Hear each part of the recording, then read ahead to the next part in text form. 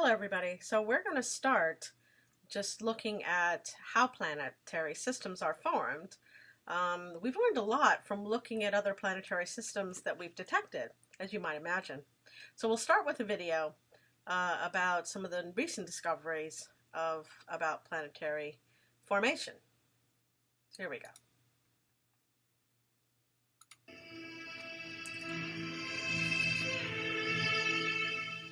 A new ALMA image has revealed extraordinary fine detail that has never been seen before in the planet-forming disk around a young star. These are the first observations that have used ALMA with its antennas at almost their maximum extent. This has resulted in the sharpest picture ever made at sub-millimeter wavelengths. The new results are a huge step forward in the observation of how protoplanetary disks develop and how planets form.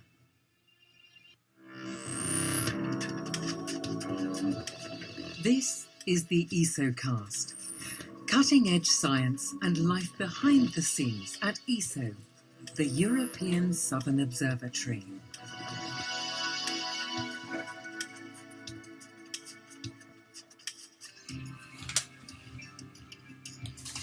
ALMA, the Atacama Large Millimeter Submillimeter Array, is the world's most powerful telescope for observing the cold universe.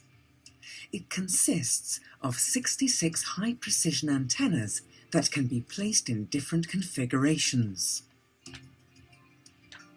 For the first time, the ALMA array has now been configured with the antennas up to 15 kilometers apart. This is close to the maximum possible baseline of 16 kilometers and allows ALMA to discern much finer detail than has ever been possible up to now. For ALMA's first observations in this powerful new mode, researchers pointed the antennas at HL Tauri, a young star about 450 light-years away, which is surrounded by a dusty disk. The resulting image exceeds all expectations and is sharper than images routinely obtained by the NASA ESA Hubble Space Telescope.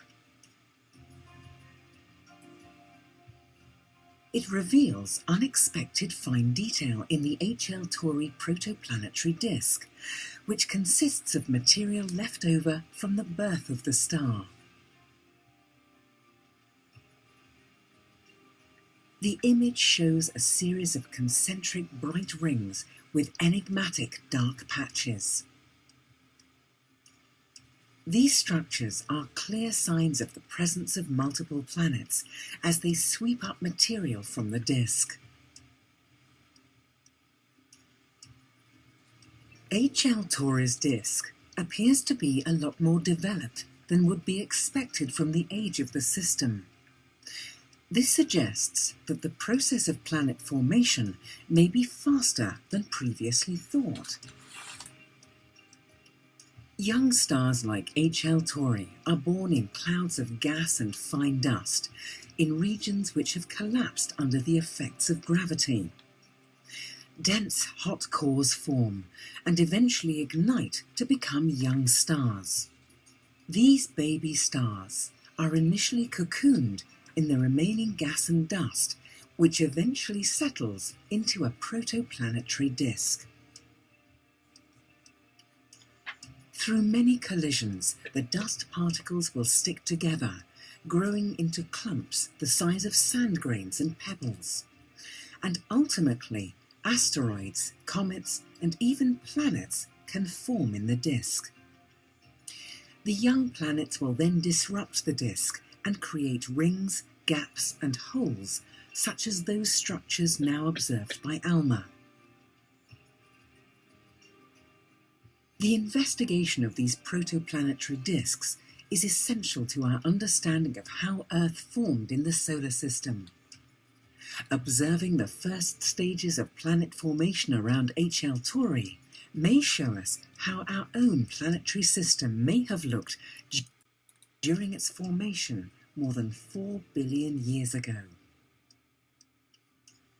By operating in its close to final configuration, ALMA has demonstrated its enormous observational potential. This starts a new era in our exploration of how stars and planets form.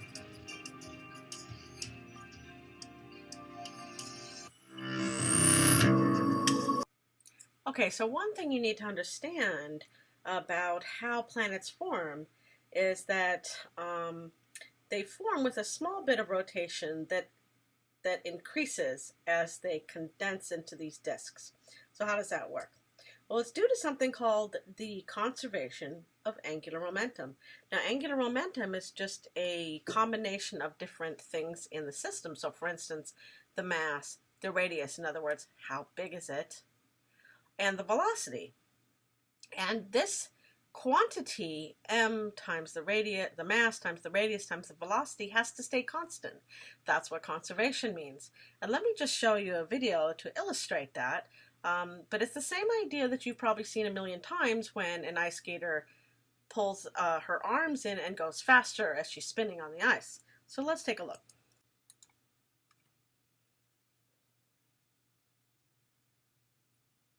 We can demonstrate the conservation of angular momentum the same way a figure skater does by going into a tight spin. I'm not a very good skater, so I'll use this turntable and a pair of hammers. I'll hold them out at arm's length so I get a nice large radius, and I'll set myself in a slow spin. I'm spinning around at a constant speed, and then I draw the hammers close to my body, and I spin around very rapidly. As soon as I move them out, I slow down again. And I can repeat this as many times as I want until the friction of the turntable stops me. So if you notice, as he brought his arms in, he was reducing his radius, right? His mass didn't change. So his velocity had to go up to keep this total number, this times this times this, a constant.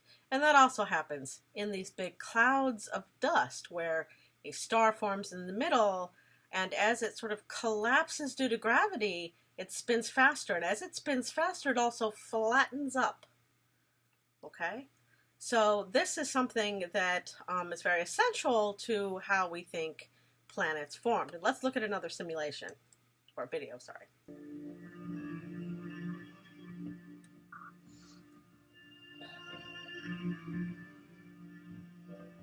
In the past few decades, our spacecraft have visited many exotic locations in the solar system, including icy comets that have orbited the Sun since the planets were still taking shape. We have explored relatively tiny asteroids, ancient rubble piles held together by weak gravity. And we have found that the largest asteroids resemble the building blocks of planets themselves, all of which suggests that these objects offer clues to how the planets formed. And we have even found evidence for a violent rearrangement of the planets. Computer simulations allow us to reconstruct the formation of our solar system 4.6 billion years ago. We use the laws of physics to create these virtual experiments in order to figure out how planets took shape. After the Sun ignited, most of the material around it had flattened into a disk of gas and dust. We can zoom into a simulation of a portion of the thin disk, a small piece of the universe in a box.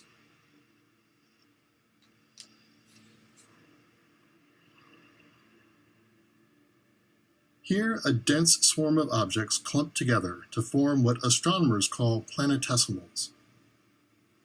This simulation addresses how planetesimals form from much, much smaller particles, the size of pebbles. Pulled together by gravity, some planetesimals formed the planets, while others became asteroids and comets and dwarf planets. As the planets accreted, they carved out gaps in the disk, but the solar system remained quite cluttered.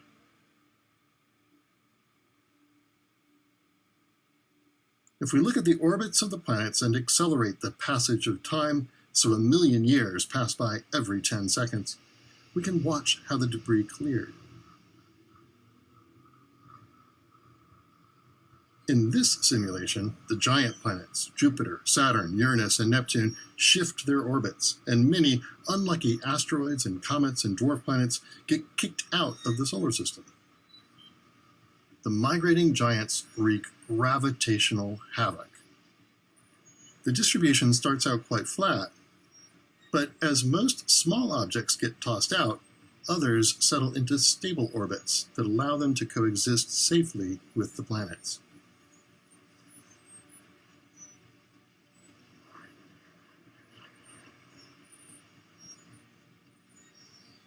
But their orbits aren't as flat as the original solar system.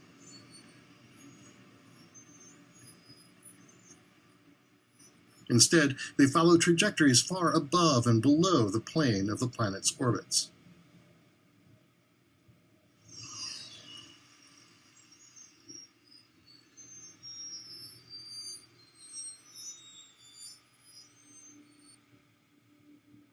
Today, the orbits of Pluto and other Kuiper Belt objects show exactly this pattern.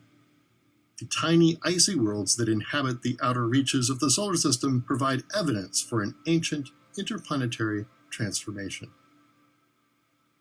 Okay, here's your question. Please pause the video now